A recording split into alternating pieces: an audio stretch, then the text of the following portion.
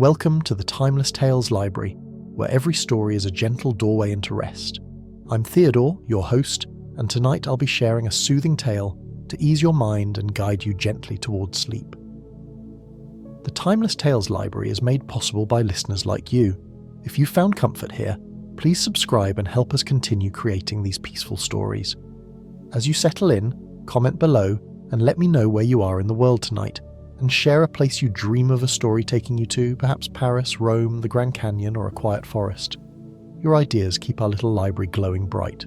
This story is about a magical neighbourhood bakery where the warmth of fresh-baked treats and the gentle glow of candlelight draw weary travellers in from a Halloween storm, each seeking comfort, connection, and the perfect sweet sanctuary from the wild night outside. Now close your eyes and take a deep breath, letting the worries of the day unroll and flatten out. You are entering the Golden Scroll Room, a special chamber within the Timeless Tales Library. This is a place for the oldest, most precious stories, tales written on scrolls of shimmering gold that glow with the warmth of a setting sun. The air is still, carrying a faint scent of old paper and quiet wisdom. Feel your body settle into the rich, soft fabric of your bed, your own personal alcove in this gilded room. Let the weight of your head, your arms, and your legs release. The golden glow of the scrolls fills the room, a gentle and comforting light that soothes your mind and body. Unroll the first scroll. Let the words drift into your thoughts like dust motes in a sunbeam, leading you toward a deep and peaceful rest. A cozy rainy day dragon's bakery, a Halloween evening sleepy story. The rain began just as the October sun slipped behind the mountains, turning the cobblestone streets dark and slick with water. It wasn't a harsh rain, not the kind that made you hurry, but a steady, gentle drumming that seemed to whisper, "Stay inside, stay warm, rest now." The wind carried with it the scent of autumn, wet leaves and wood smoke, earth and endings, and somewhere, if you breathed in deeply enough, the faintest hint of cinnamon and brown sugar. On the corner of Maple and Third, where the old gas lamp flickered with its warm amber glow, stood the rainy day Dragon Bakery. Its windows glowed like honey, soft and inviting, casting golden rectangles onto the wet pavement outside. Inside those windows, passers-by could glimpse shelves lined with treats, steam rising from unseen ovens, and the silhouette of someone, something, moving peacefully between counter and kitchen. The bakery's sign swayed gently in the wind, painted with care in deep greens and golds. A friendly dragon curled around a loaf of bread smoke rising from its nostrils in the shape of hearts. Tonight, for Halloween, small paper jack-o'-lanterns had been strung along the windows, their faces kind rather than frightening, glowing with the soft light of electric bulbs that looked like candle flames. The door was painted deep burgundy, and hanging from its brass handle was a wreath of autumn leaves, maple, oak, and birch, woven through with dried orange slices and whole cinnamon sticks. A small handwritten sign in the window read, "Open always. Come in from the storm." Inside, the bakery was everything a sanctuary should be on a night like this. The wooden floors were old and creaky in the most comforting way, covered here and there with braided rugs in shades of rust and gold and deep forest green. The walls were lined with open shelves displaying jars of flour and sugar, old copper mixing bowls, and ceramic containers painted with herbs and flowers.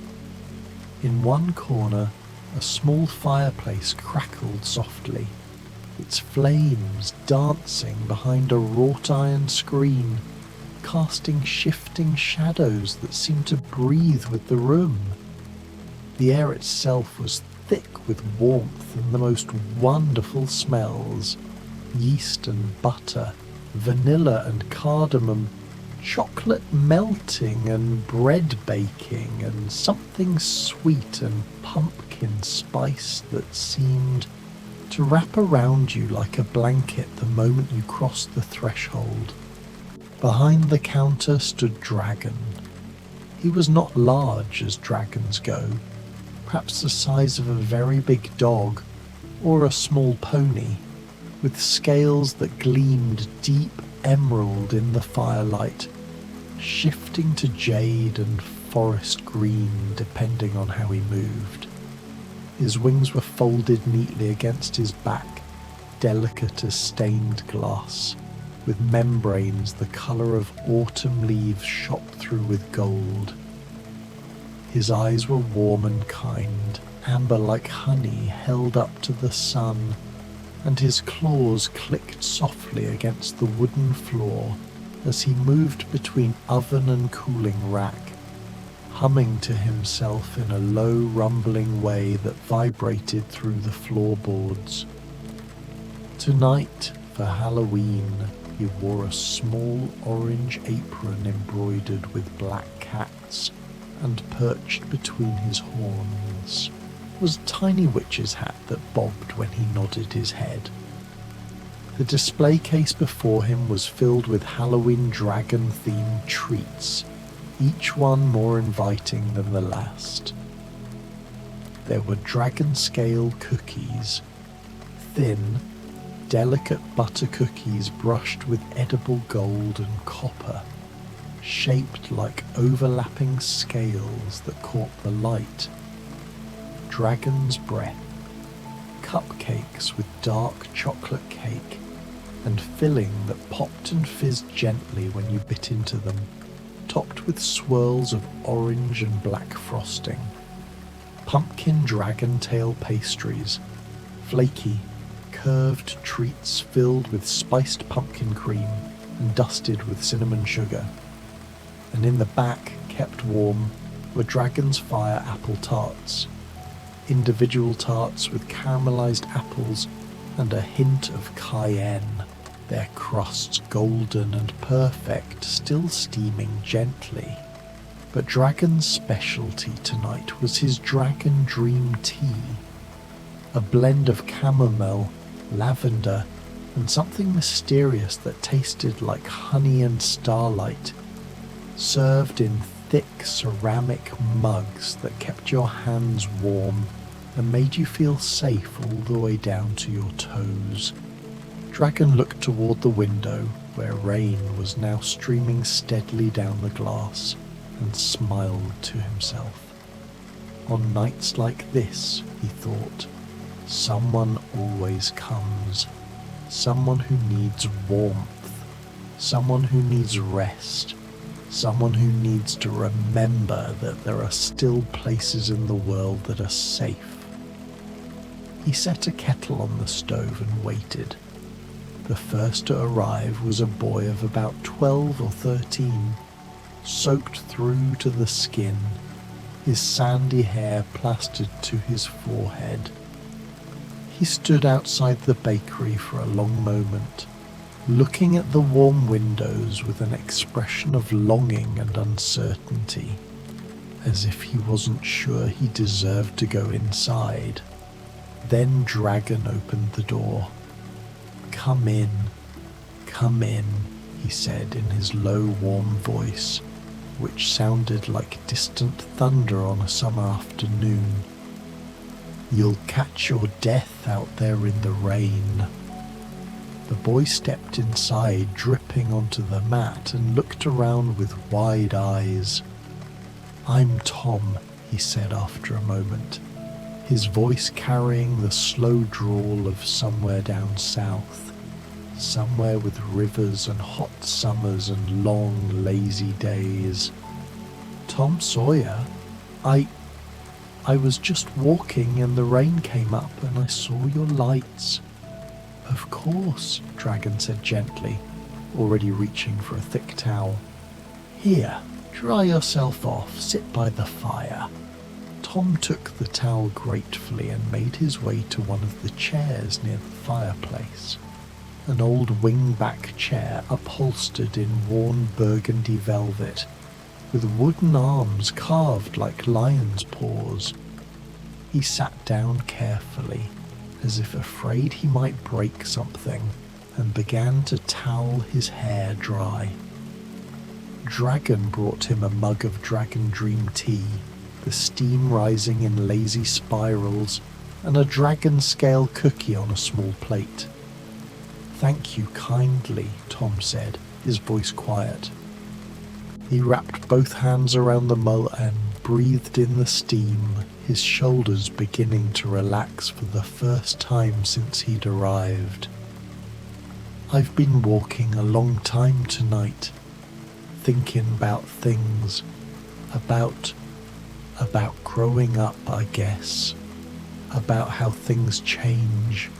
Dragon settled onto a cushion near the fire, his tail curling around himself in a peaceful spiral.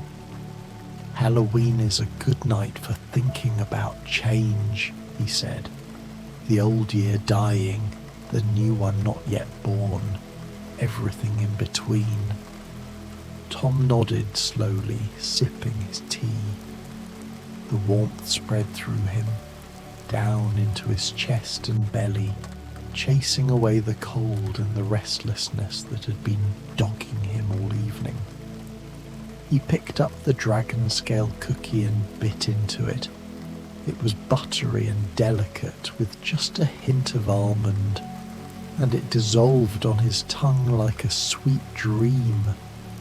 This is real good, he said softly.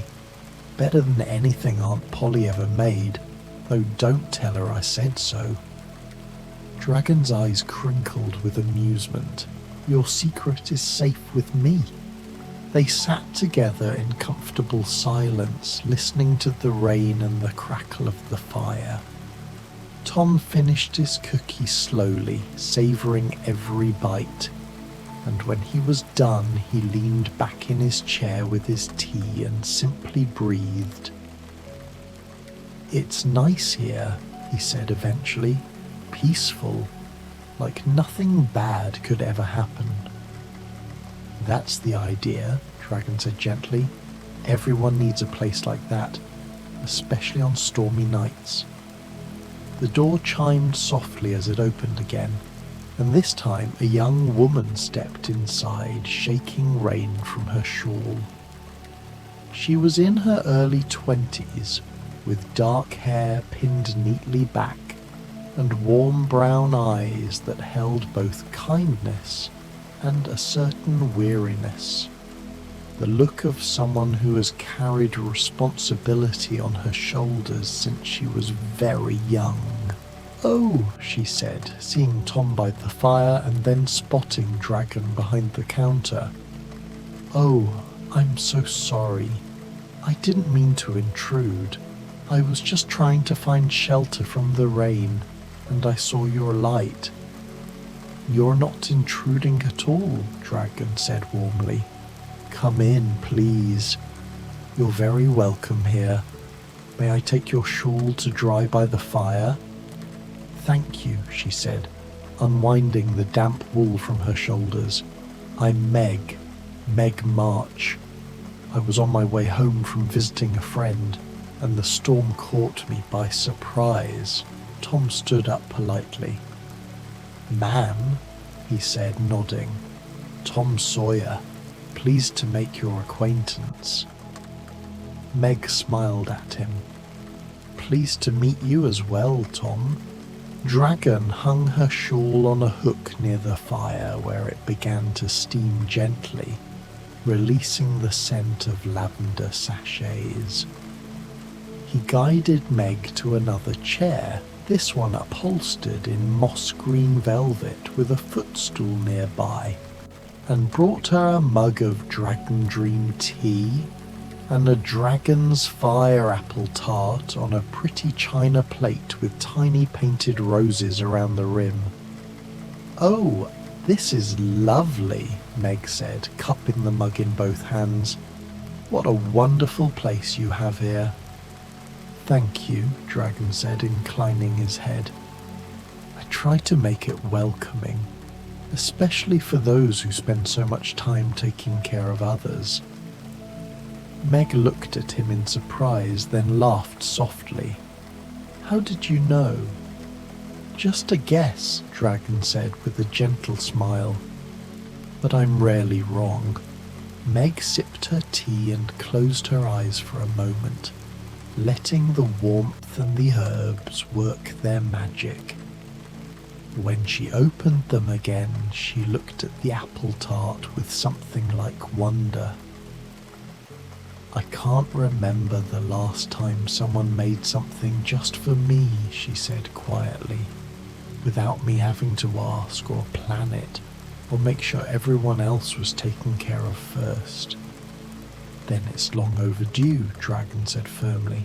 "Please, enjoy." Meg picked up her fork and cut into the tart. The crust shattered perfectly, flakes of golden pastry catching the firelight, and the apple filling was sweet and tart and warm, with just enough spice to make her eyes widen in delight. "This is extraordinary," she said. "Truly, the best thing I've tasted in I don't know how long."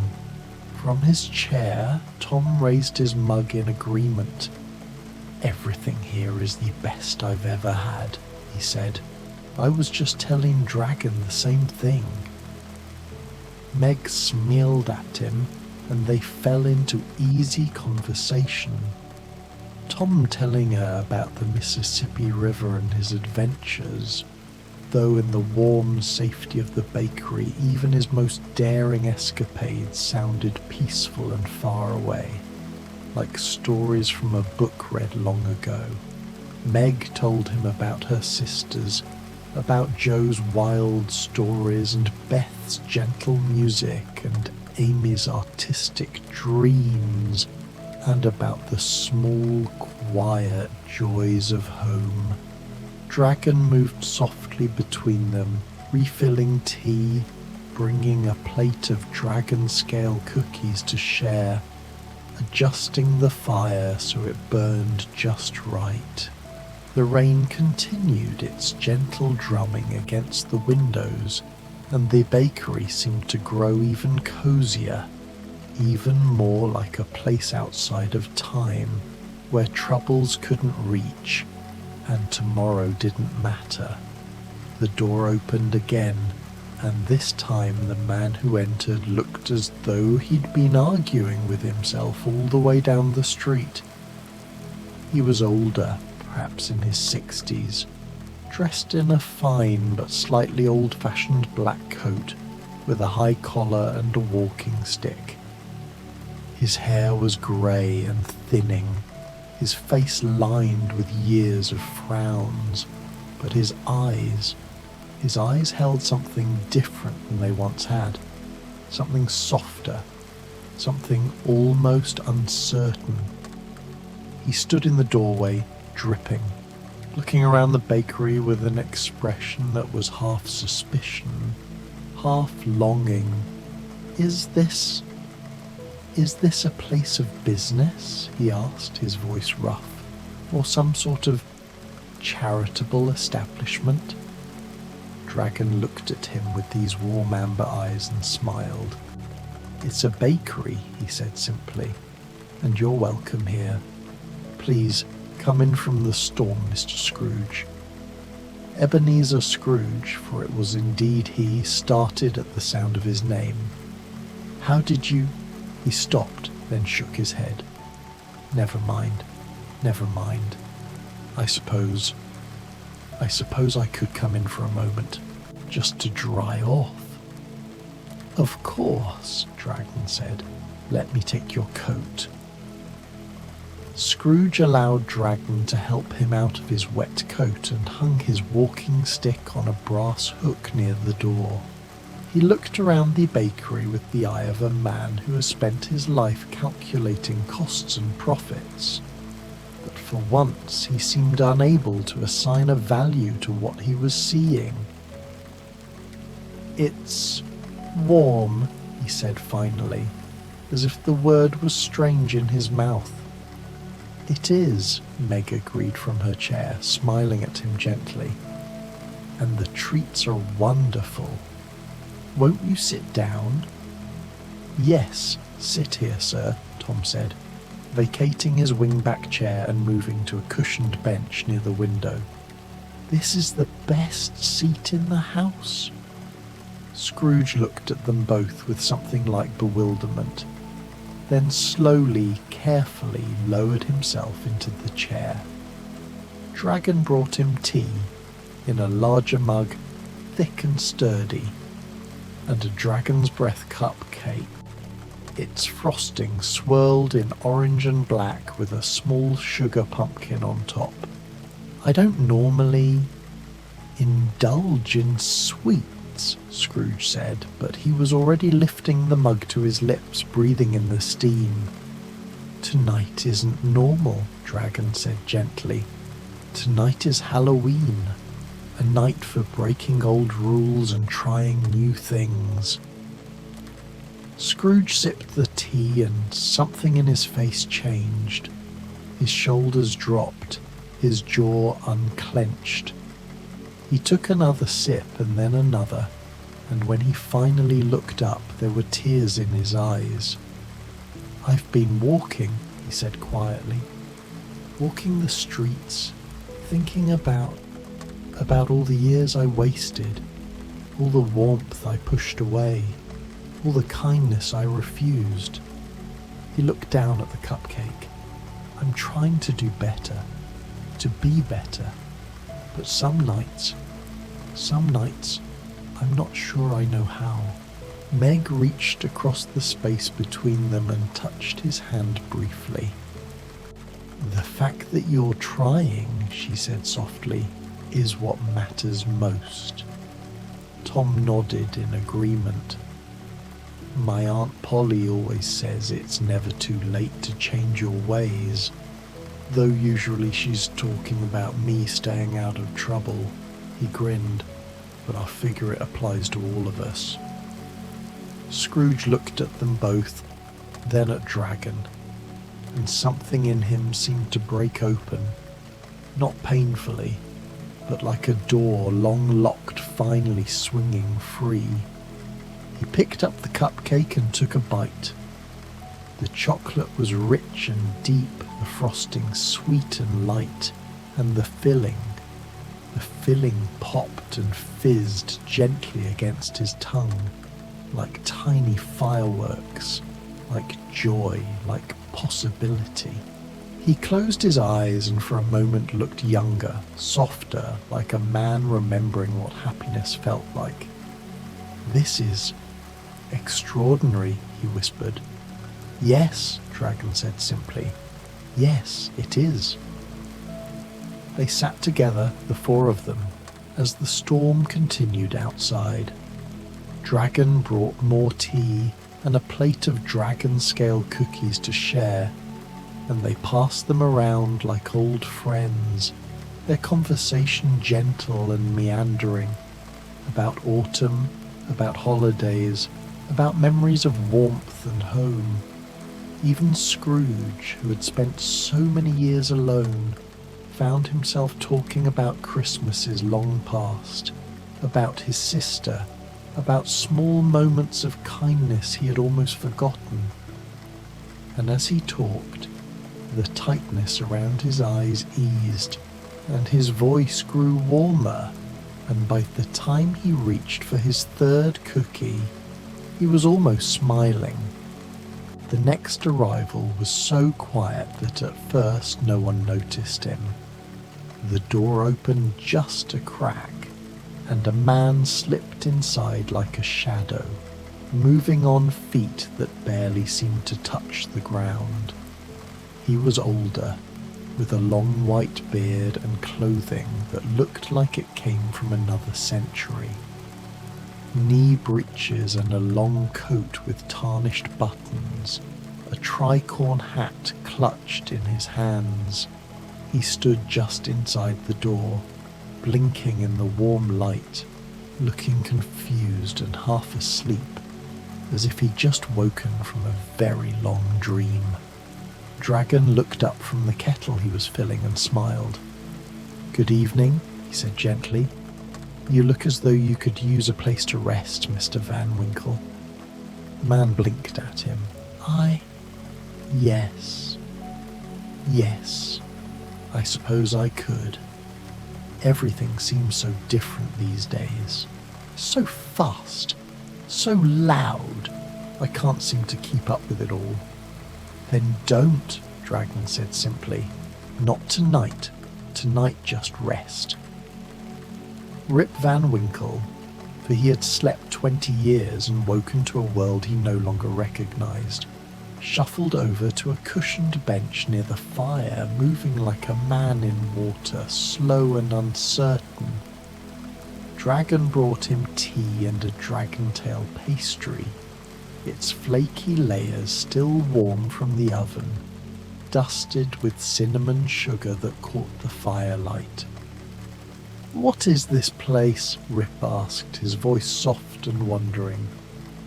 "A bakery," Meg said kindly. "A place to rest and be warm." "I've been walking," Rip said, looking down at his tea. "Walking and walking, trying to find something familiar. But everything's changed. The town, the people, even the mountains look different somehow." Tom leaned forward from his bench by the window. "Must be hard," he said sympathetically. "Waking up and finding everything different." "It is," Rip said. "I keep thinking I'll wake up again and find it was all a dream. That I'll be back in my old cabin with my old dog and my wife calling me in for supper." He trailed off, looking lost. Scrooge cleared his throat. "Change is difficult," he said, his voice rough but not unkind. "I've learned that myself. But sometimes change is also a gift, a chance to begin again." Rip looked at him with those sleepy ancient eyes. "Do you really think so?" "I'm trying to," Scrooge said quietly. "Every day I'm trying to believe it." Dragon moved to sit near them, his scales gleaming in the firelight. "The world will always change," he said softly. "People, places, times, they all shift and flow like water. But some things remain: kindness, warmth, the comfort of a safe place and a warm meal. These things are eternal." Rip took a bite of his pastry, and for the first time since he'd entered, he smiled. "This is good," he said. "Real good. Reminds me of my mother's kitchen. Long, long ago." "Then I'm glad," Dragon said. "Sometimes we all need to be reminded of home." They sat together, these 5 souls from different times and places, sharing the warmth of the fire and the comfort of Dragon's baking. Outside, the storm continued, but inside, time seemed to slow and soften, becoming something gentler, something that didn't push or demand, but simply flowed around them like honey, like warmth, like safety. The last to arrive came so quietly that she almost wasn't noticed at all. She was small, a child, perhaps 7 or 8 years old, with blonde hair and a thin dress that was far too inadequate for an October storm. She stood pressed against the window, looking in with wide eyes, her face pale and hungry. her small hands clutching an empty matchbox. Dragon saw her first. Without a word, he rose and went to the door, opening it wide. "Little one," he said gently, "please, come inside." The little match girl looked at him with something like fear, something like hope. "I couldn't pay," she whispered. "I haven't any money. I've been trying to sell matches all day, but no one will buy them, and I'm so cold." "You don't need money here," Dragon said firmly. "Not tonight. Come in. Come and be warm." She hesitated one moment more, then stepped inside. Immediately the warmth wrapped around her like an embrace, and she shivered. Not from cold now, but from the sudden absence of it. From relief so intense it was almost painful. Meg was up in an instant, taking off her own shawl, now dry and warm from the fire, and wrapping it around the child's thin shoulders. "Oh, sweetheart," she said softly, "come sit by the fire, let's get you warm." Tom moved to make room on his bench, and Meg settled the girl between them, close to the fire, rubbing her small hands between her own to bring the warmth back into them. Scrooge stood abruptly, his face stricken. She's just a child," he said hoarsely. "Out in the cold, alone. How can this be? How can we allow this?"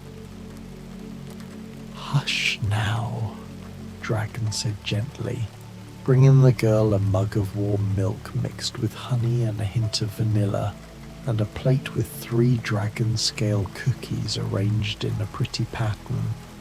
"She's safe now. That's what matters."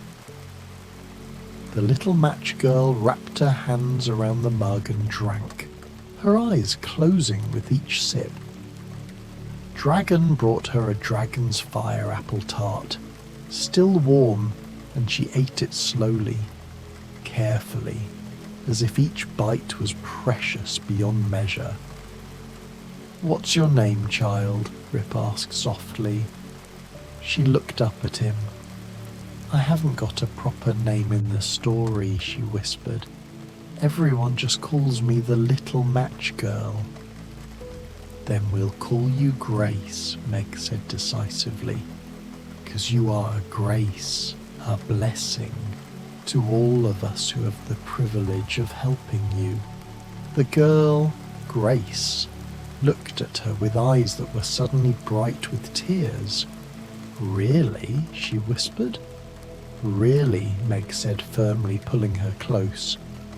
They gathered around her then, all of them, Tom fetching more cushions to prop behind her, Scrooge draping his own coat, now dry, over the back of the bench to block any draughts, Rip telling her soft stories about the Catskill Mountains and magical little men who played ninepins in the thunder, Meg holding her close, Dragon bringing treat after treat, cookies and tarts and small cakes shaped like autumn leaves, each one perfect, each one made with love. And slowly, slowly the colour came back into Grace's cheeks. Her eyes grew less haunted. Her small body relaxed into the warmth and the safety and the abundance of care surrounding her. "I used to dream about places like this," she said softly, when her plate was empty and her mug drained. "When I was standing in the cold trying to light my matches, I'd dream about warm rooms and kind people and food that tasted like heaven." "Well, you're not dreaming now," Tom said firmly. "This is real, and you're safe." "Safe," she repeated, as if testing the word. "Yes, I'm safe." Dragon brought out a final tray of treats, a special creation he'd been saving. They were small cakes shaped like dragons, each one unique, decorated with coloured icing in greens and golds and deep autumn reds.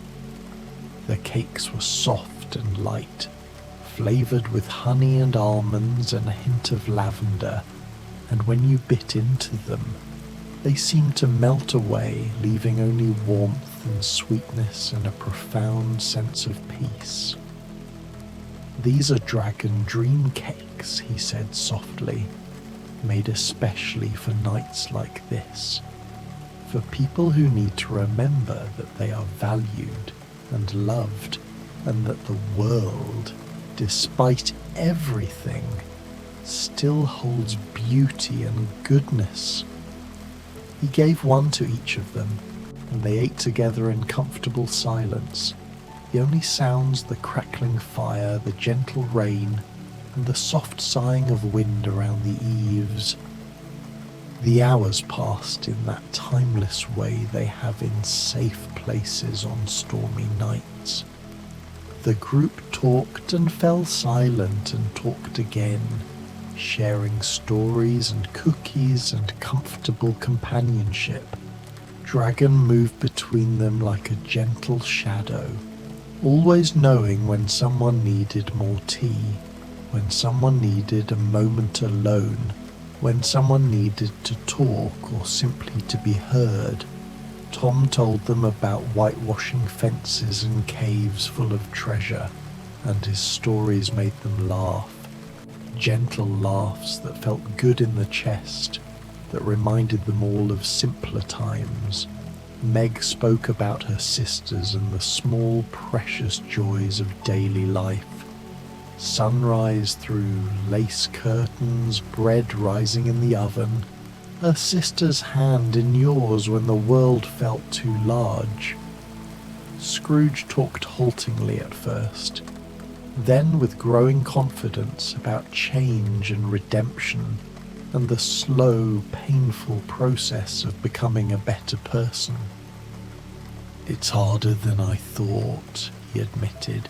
"Being kind, staying kind, not falling back into old patterns. But nights like this, they help. They remind me what I'm working toward." Rip talked about time and loss and the strange melancholy of being a man out of his era.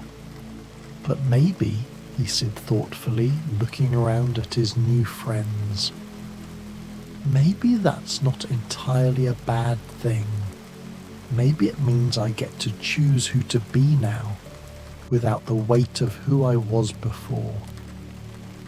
Grace said little, but she listened to everything with wide eyes, and whenever someone smiled at her or offered her another treat, she glowed as if lit from within.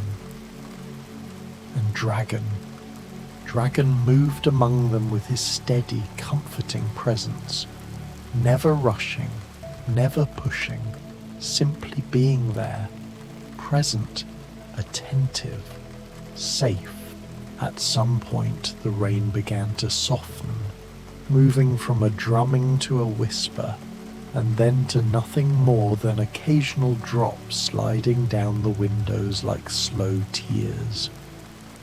"The storm is passing," Meg said softly, looking toward the window.